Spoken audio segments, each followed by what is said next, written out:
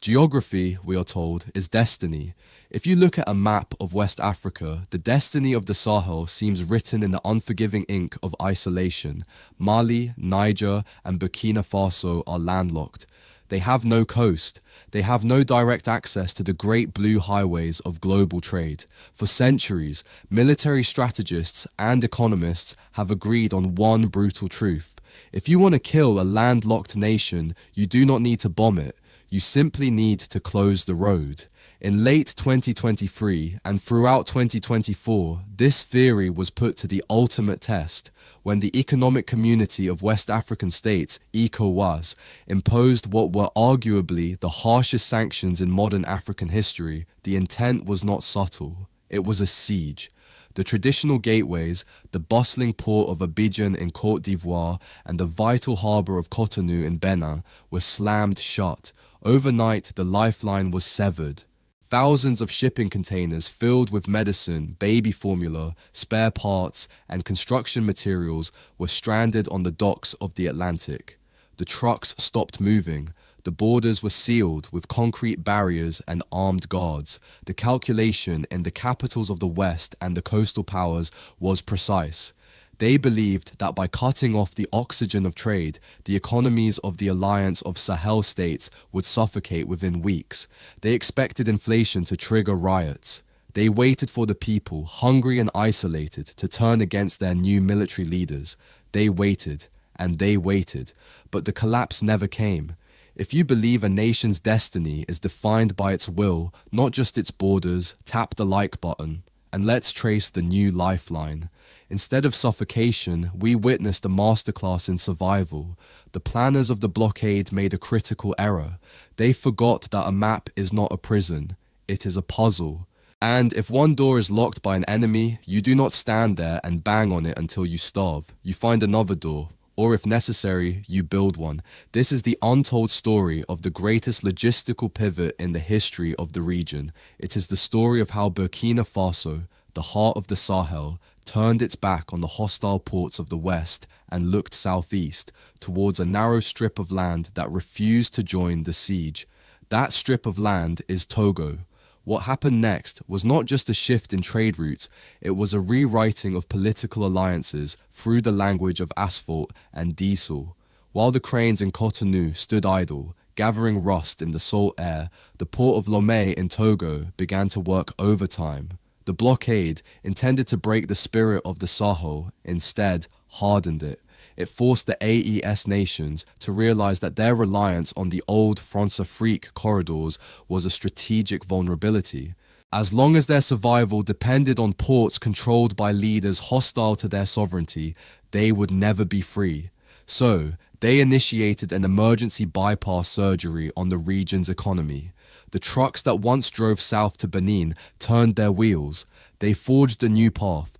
To understand the scale of this achievement, you must visualize the terrain. We are not talking about moving a few boxes. We are talking about feeding 70 million people. We are talking about importing the fuel that powers the power plants and exporting the cotton that pays the soldiers. The landlocked curse was broken not by changing the geography, but by changing the mindset. The AES proved that being landlocked does not mean being locked out. It simply means you must choose your friends very carefully, but this decision had consequences. It created winners and losers on a massive scale. While the Sahel found its breath again, the coastal nations that obeyed the order to close their borders began to realize they had made a catastrophic miscalculation. They had weaponized their geography, thinking it gave them leverage, only to discover that leverage works both ways. To see the full picture, we must travel to the coast. We must contrast the silence of one port with the roar of another.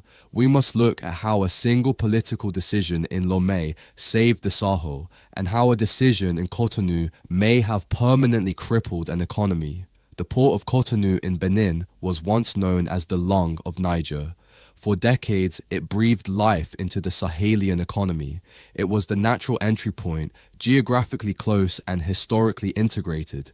The revenue generated from transit fees accounted for a massive portion of Benin's national budget.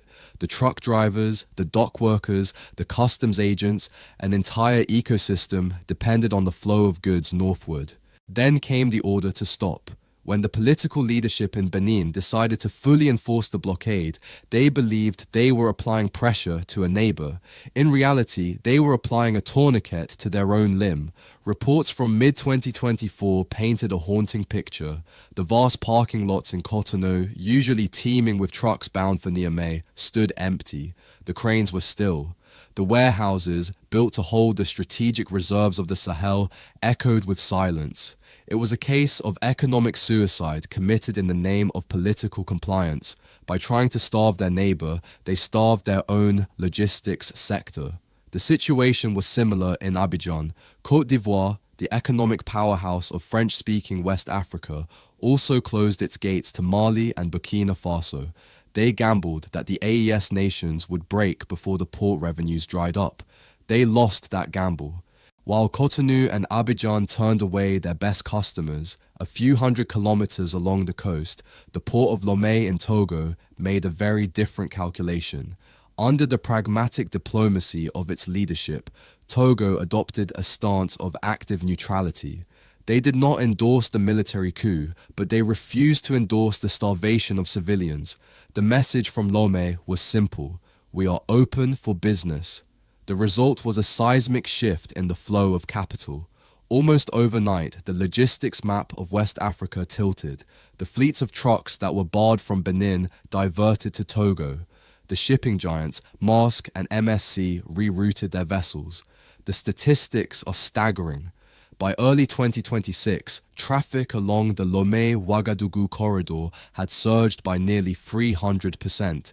The port of Lomé, the only deep water port in the region capable of handling the latest generation of megaships, became the new heartbeat of the Sahel.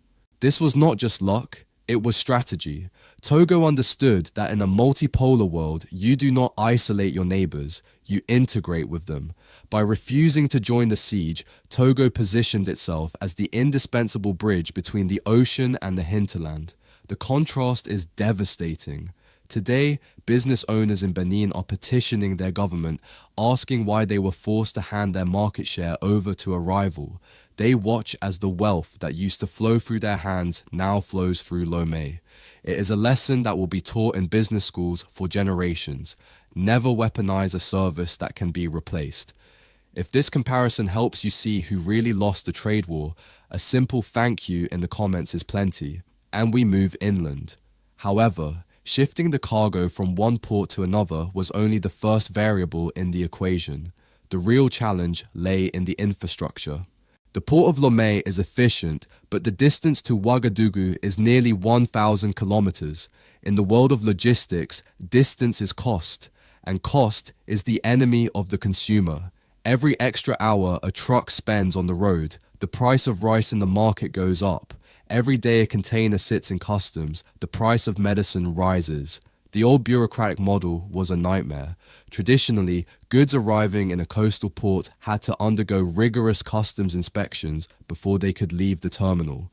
They were taxed, checked, and often delayed by corrupt officials seeking bribes. Then, upon crossing the border into Burkina Faso, they were stopped again, checked again, taxed again.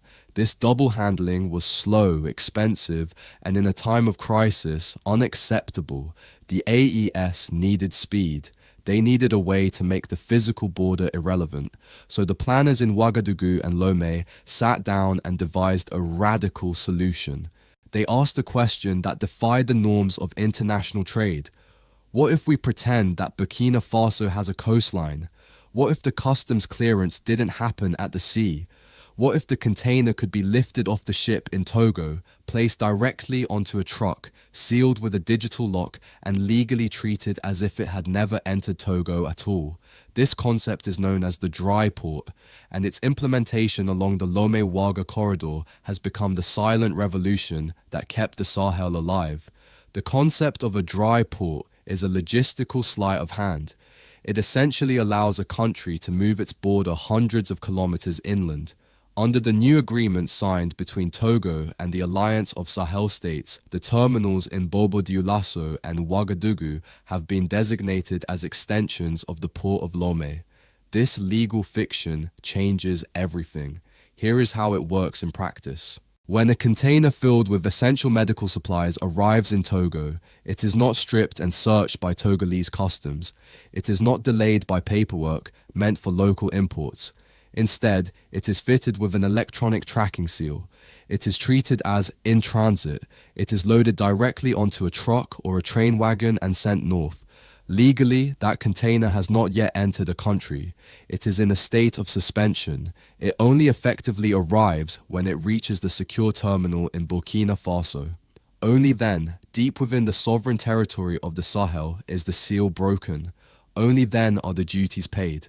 This removes the greatest friction point in African trade, the border crossing. For decades, crossing a border in West Africa was a process defined by extortion. A truck could sit for days in the heat while officials invented reasons to levy fines. The dry port system eliminates this leverage. The truck does not stop because legally it has not arrived yet.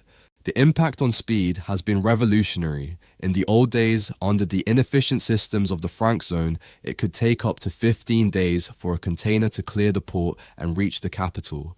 Today, under the pressure of necessity, that time has been compressed to as little as 3 days. This speed is not just about convenience, it is about survival. When you are under a blockade, inventory is low. You cannot afford to have weeks of food or fuel tied up in a warehouse in a foreign country. You need a just-in-time delivery system. This transformation is the backbone of the new Sahel logistics strategy. It is a shift from a passive reliance on coastal goodwill to an active management of the supply chain. By controlling the customs process domestically, Burkina Faso reclaims the revenue that was previously lost to corruption at the coast. The taxes are paid in Ouagadougou in the local currency, contributing to the national treasury rather than lining the pockets of foreign intermediaries. If you want us to keep mapping these strategic shifts, consider joining as a member. We follow the supply chain line by line. The success of the Bobo-Dioulasso dry port has emboldened the region. We are now seeing plans to expand this network.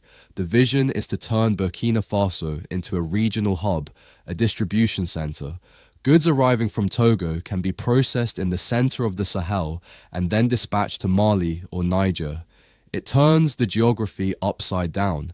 Instead of being the end of the line, the landlocked nation becomes the turntable. However, drawing lines on a map and signing customs agreements is the sterile part of logistics. It is the work of lawyers and bureaucrats in air-conditioned offices, but the reality of moving thousands of tons of cargo across the savannah is visceral, loud, and dangerous. The dry port solves the bureaucratic hurdles, but it cannot solve the physical threat. The corridor from the Togolese border to the capital is not a peaceful highway. It cuts through territories that have been plagued by insecurity for a decade. The very groups that destabilized the Sahel, the armed insurgents who thrive on chaos, know that this road is the artery of the nation. They know that if they can cut this road, they can starve the capital. The trucks carrying fuel and grain are not just commercial vehicles, they are high-value targets. An ambush on a convoy does more damage than a direct attack on a military base. It spreads fear, it raises insurance premiums, it discourages drivers from getting behind the wheel. So, the efficiency of the electronic seal must be matched by the brutality of steel. The commercial logistics had to be militarized. What emerged on the tarmac was a new formation. The lone truck driver, navigating the potholed roads with a prayer, is a figure of the past. Today the horizon is dominated by something much larger, much louder, and significantly more intimidating. They call it the Iron Snake. To witness it from the air is to see a marvel of modern organization imposed upon an ancient landscape. It is a single column of vehicles, sometimes stretching for 10 kilometers, moving rhythmically through the dust. 500, sometimes 600 trucks, moving as one organism. This is the convoy system. It is the military answer to a commercial problem. In the past, a truck driver would load his cargo in Lomé and drive north alone, stopping when he was tired, eating where he pleased. That world is gone. Today, the logistics of the Sahel operate under a doctrine of total discipline. The journey begins at the border. Here, the commercial trucks are marshaled into formation. They are not arranged randomly. The fuel tankers, the most volatile and valuable assets, are placed in the center, protected by the heavy bulk of grain trucks and container carriers. Flanking this river of steel are the Guardians, the rapid intervention battalions of the Burkina Faso army, often working in coordination with Togolese security forces on the southern side, provide a moving shield. Armored personnel carriers ride at the front and the rear, but the most important eyes are not on the road. They are in the sky. The use of surveillance drones has fundamentally altered the security equation. Before the convoy reaches a blind corner or a dense patch of scrubland, the sky eye has already scanned the heat signatures. If an anomaly is detected, a group of motorcycles lying in wait, or a disturbed patch of earth suggesting an improvised explosive device, the column halts.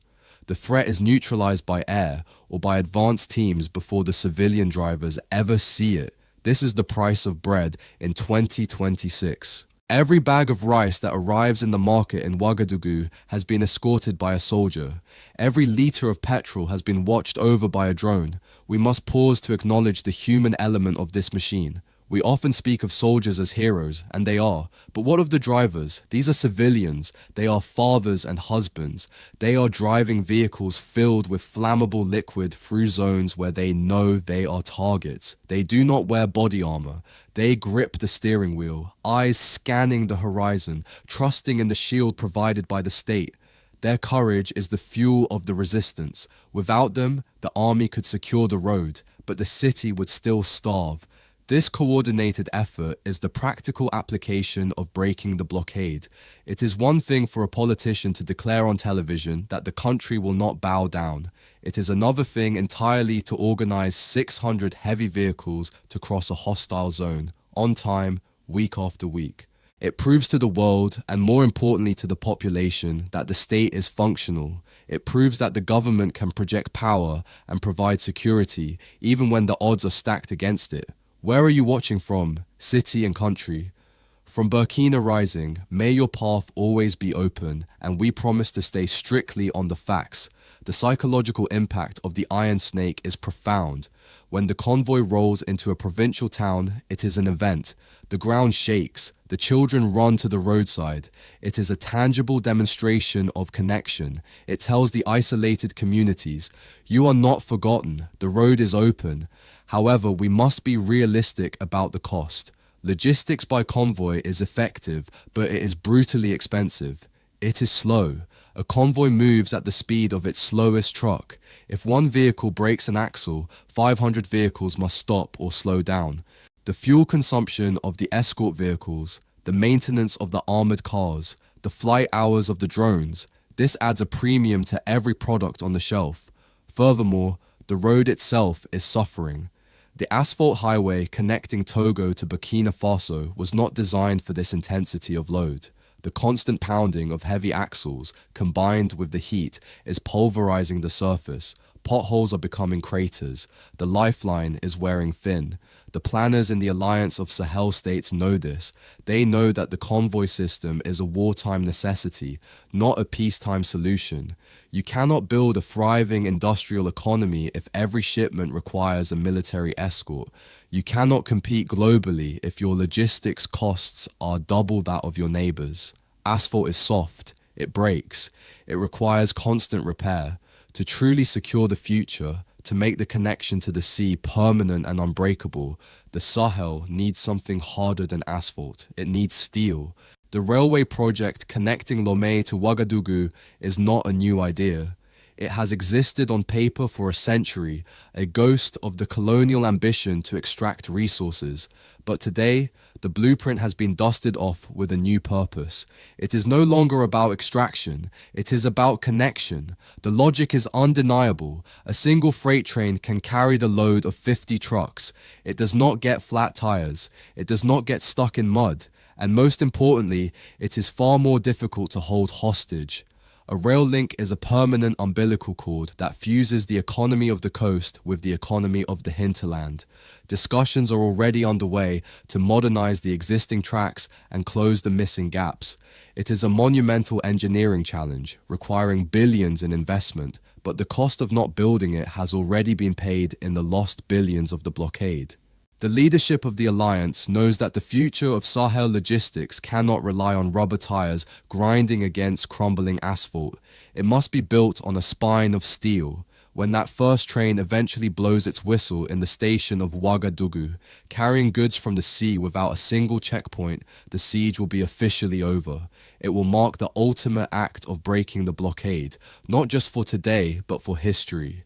This journey from the suffocating panic of the closed borders to the disciplined roar of the Iron Snake teaches us a profound lesson.